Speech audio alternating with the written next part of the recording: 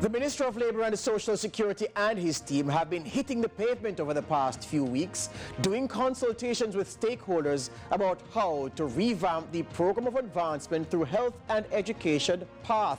The Minister will tackle that issue, along with the Overseas Employment Programme, which on the one hand has been the source of sustenance for thousands of Jamaican families over the years, but which on the other hand is threatening to become a source of national embarrassment for the number of farm workers who run off even before setting foot on their destination farms. I've revealed the topic. You're here, I'm ready. Let's do lead story.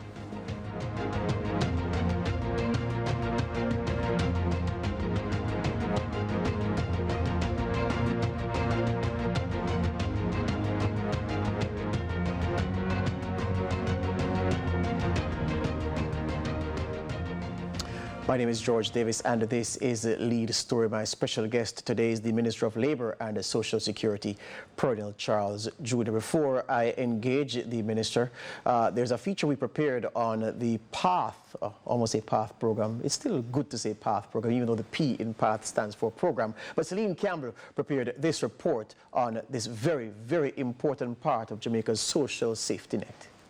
The decades-old PATH program currently sustains over 285,000 beneficiaries from almost 130,000 families across Jamaica. Zachary Campbell, a Kingston College alumnus, now a student at the University of Technology, UTech, explains he first got enrolled in PATH in 2009. His testimonial moved the audience to tears upon the discovery that his parents will never be witnesses of his success.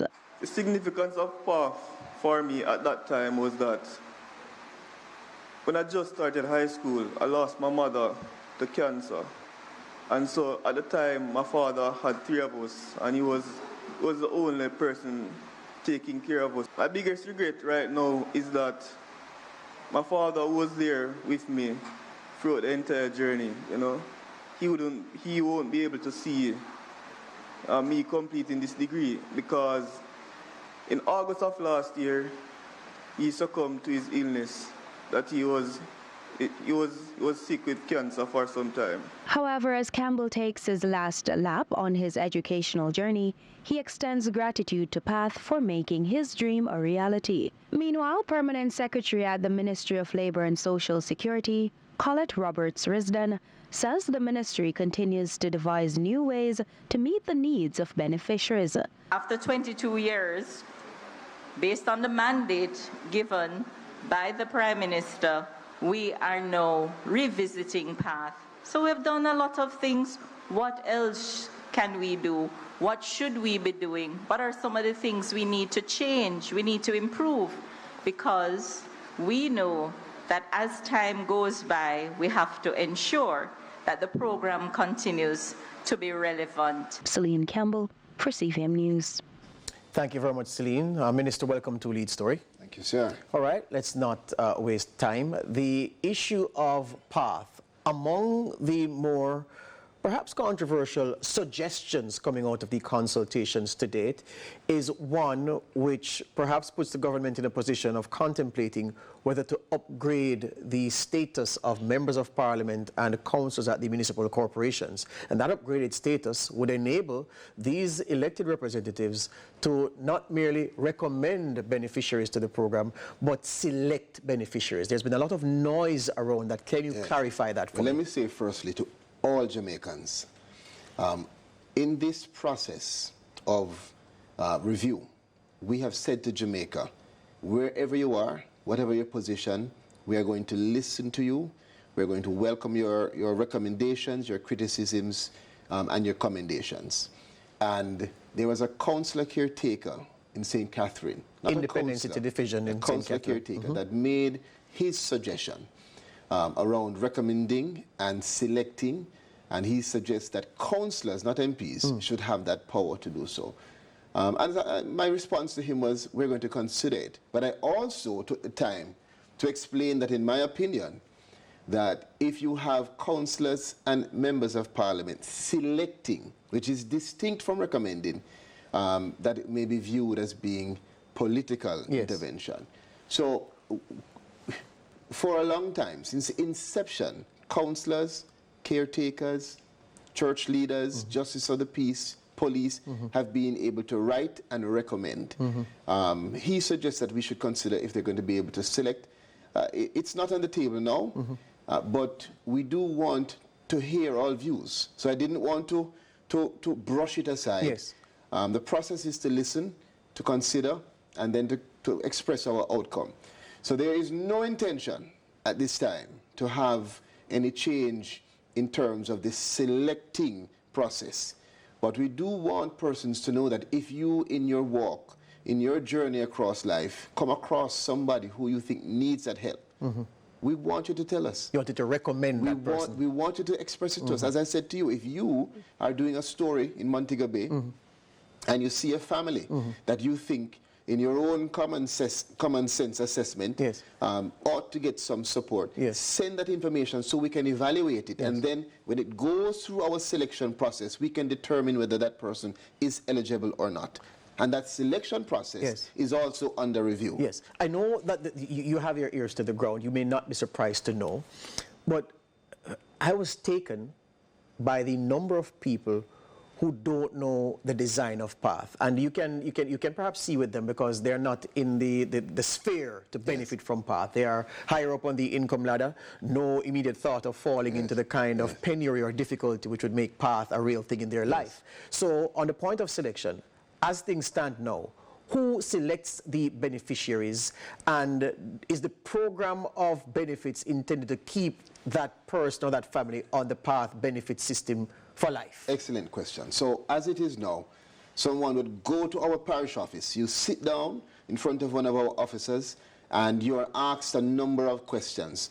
When you go through and complete that questionnaire, the BIS system will automatically evaluate you. So at that particular point, you will hear whether you're eligible or not at that preliminary stage. If you are not found to be eligible, you are advised that you can appeal.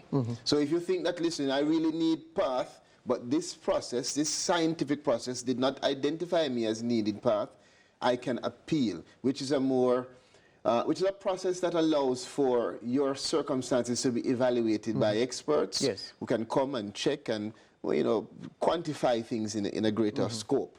That appeal process ought now to be final.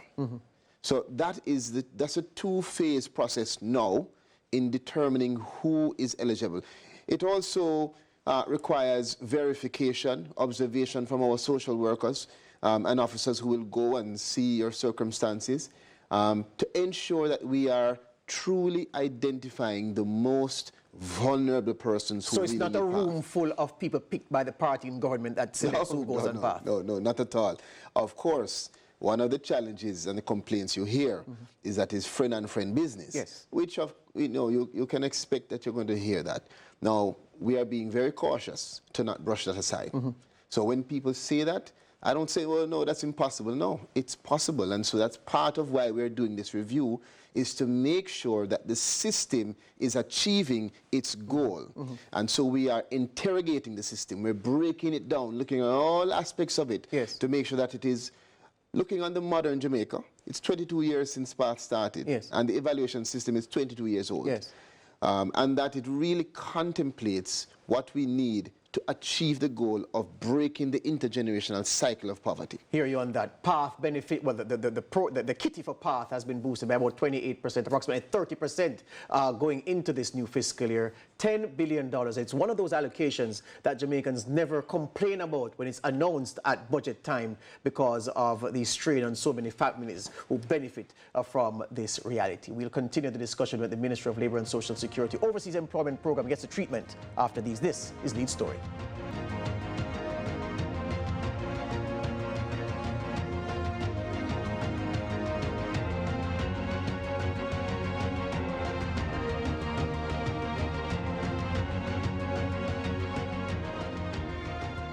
Welcome back to Lead Story. Just one more word on PATH. For some of you who are not in the type of condition where PATH is a reality for you. Just imagine $3,800 per child or $5,600 per child, depending on the age of the child, which to you may be a minuscule amount, but for some people, that's the lifeblood of their existence. And it's an awesome program. Began in 2002, as the minister said. It's 22 years old across administrations, and it is necessary for the governments to keep replenishing it, keep moving along the times with it to ensure that it is responsive to the needs of the people at the point in time. Minister, the Overseas Employment Program. I knew so many people as a boy growing up in St. Catherine in Spanish Town who the appliances they bought.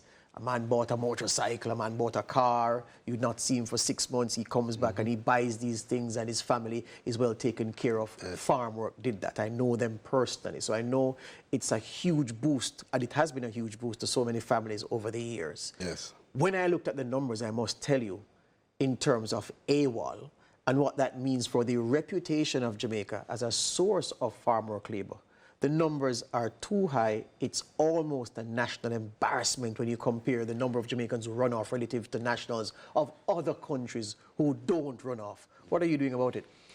You know, we have had a very deliberate approach, strategic approach, I would say, in terms of ensuring that we speak to the employers, find out what their challenges are, speak to the farm workers too, and find out exactly what are the reasons, what are the circumstances that are leading to issues of AWOL, issues that are causing us to lose opportunities.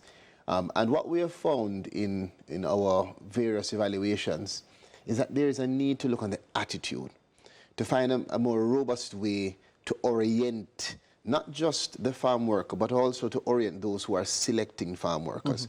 So you would be aware, since I went to Canada last year and came back, I made some commitments, and we've been fulfilling them one by one. We've met with all of the members of Parliament, went through a very, I'd say, rigorous session with them, informing them and receiving information from them. We had 2 online sessions recently to, again, provide information on how to select and how best practice to ensure that we get the best persons with the right mindset. Yes. And we're doing the same thing in terms of training and orientation for those persons, those candidates that are selected. We hope that this is going to allow for us, when we even add the psychometric testing, to determine the best fit in terms of persons who are less likely to run off and are more capable of handling the transition, because that is a big issue. Yes. Somebody who is sitting down here doing a particular type of work in Jamaica that's not farm work and then goes up, that transition is difficult. So you can see why the person might want to run off. So we're doing all that we can to prepare persons and at the same time to build relations with the employers, because they are the ones that make the demand. Yes. And it's demand and supply. So if we want more opportunities for Jamaica, we have to have the confidence of those persons for them to make the call. It is competitive. It's not like 80 years ago when it started, where it was just Jamaica and a partner. Yes. You have 88 countries in the US and several countries in Canada to choose from. So we have to present from 2 sides.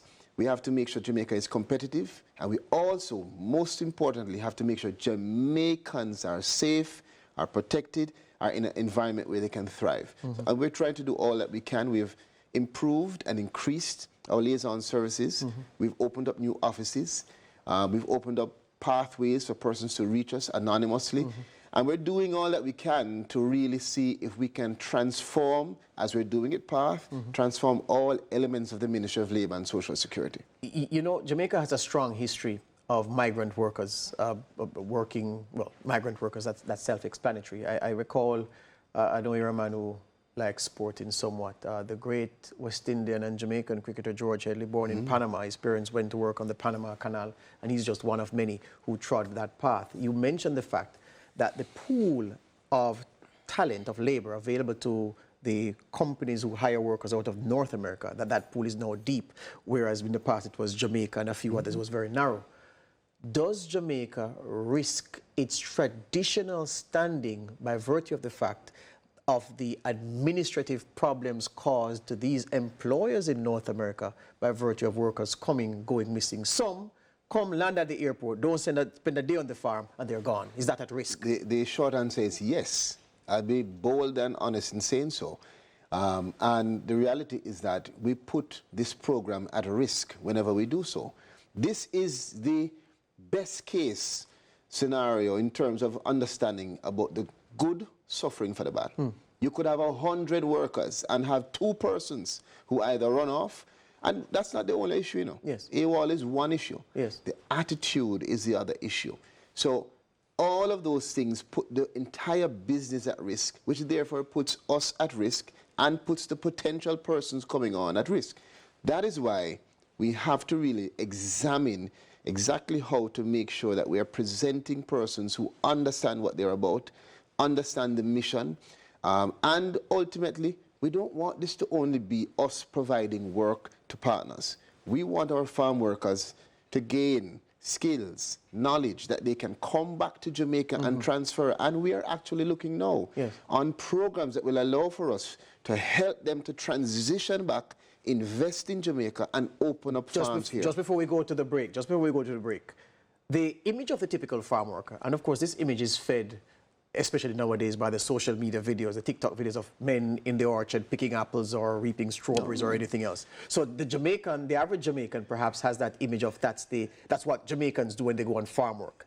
Is this a misconception? Aren't there Jamaicans who are farm managers when they go to Canada, to the USA? You have a dynamic spectrum. You have persons who are in top of the line, modern greenhouses. You have some persons who are dealing only in terms of the fisheries industries. You have persons who are out there in the field. You have some who are managers. So it's a wide range of different types and categories of jobs. And Jamaicans are preferable in terms of the competence and the ability. As I said to you, it's a few. It's the few that are impacting the many. So we have to now key down, see how we can ensure we're selecting the right persons, ensure that we're giving them all the tools they need to go up and be their best. Yeah, and one of the advantages Jamaicans have is, of course, that they speak English. That is a lot of the talent available are native English speakers. This is Lead Story. The Minister of Labour and Social Security, Colonel Charles Jr., is holding court. Back after these.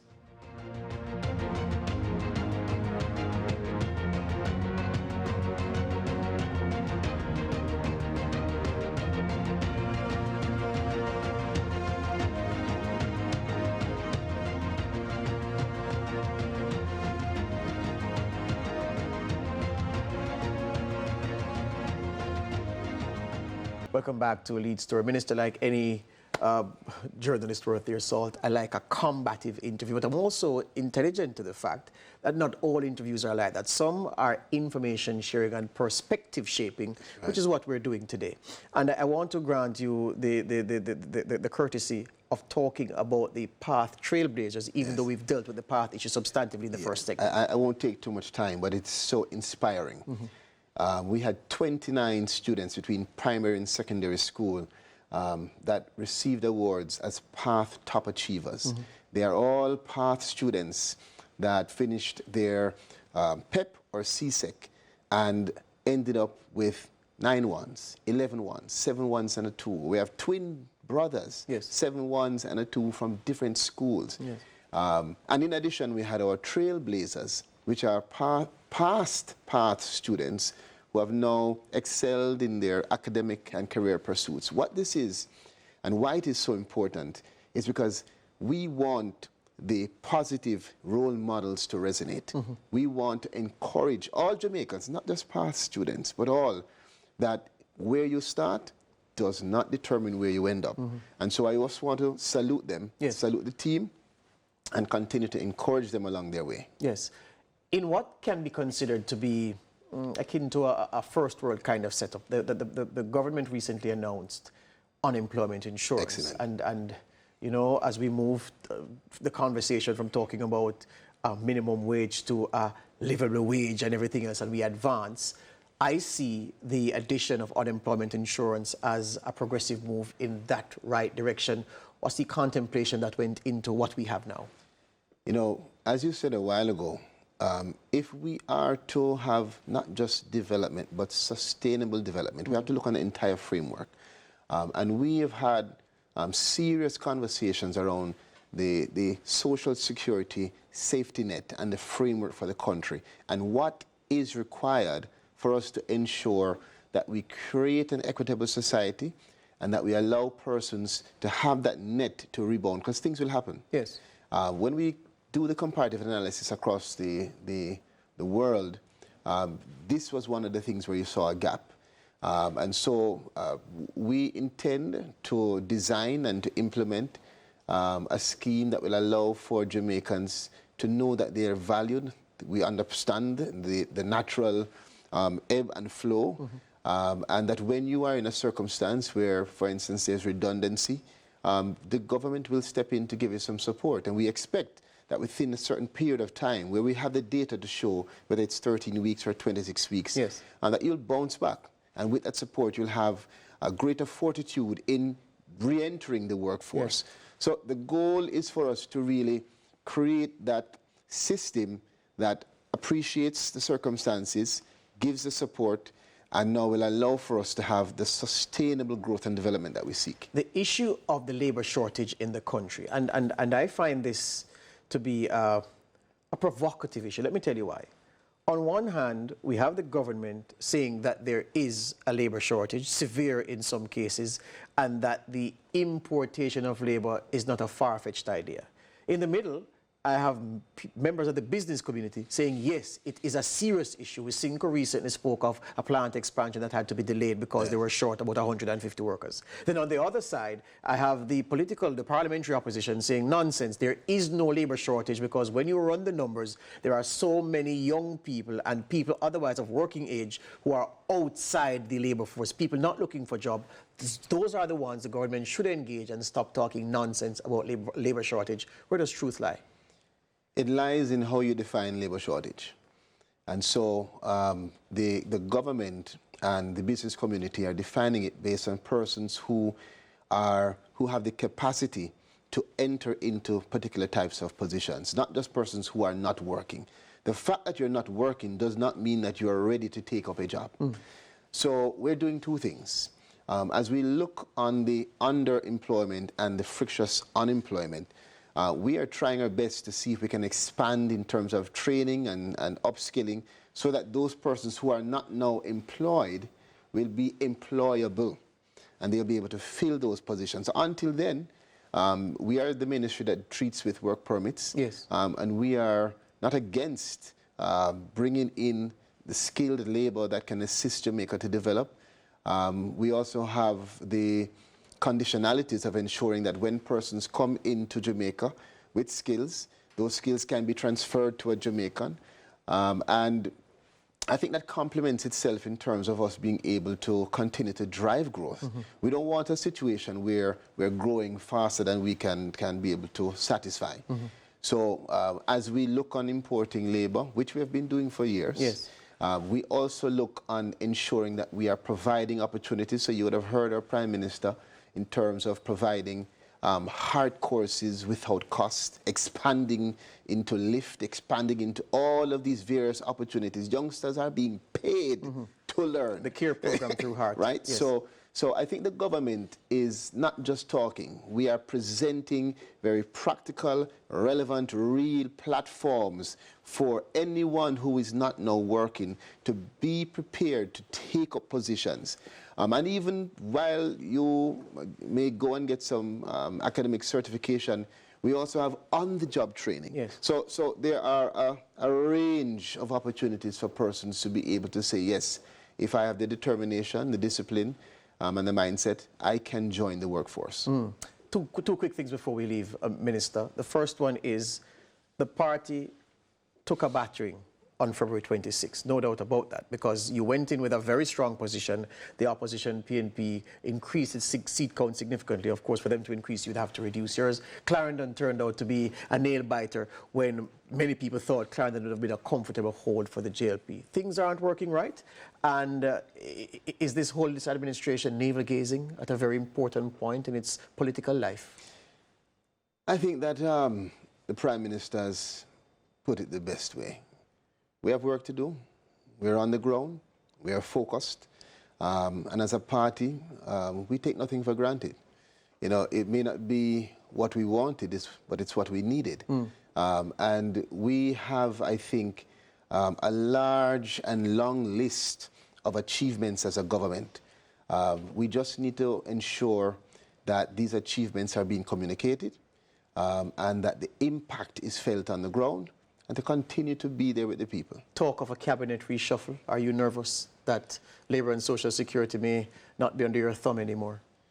I have no concerns other than to ensure that while the Prime Minister blesses me with the opportunity to be in charge of this portfolio, that I keep myself focused on getting the work done.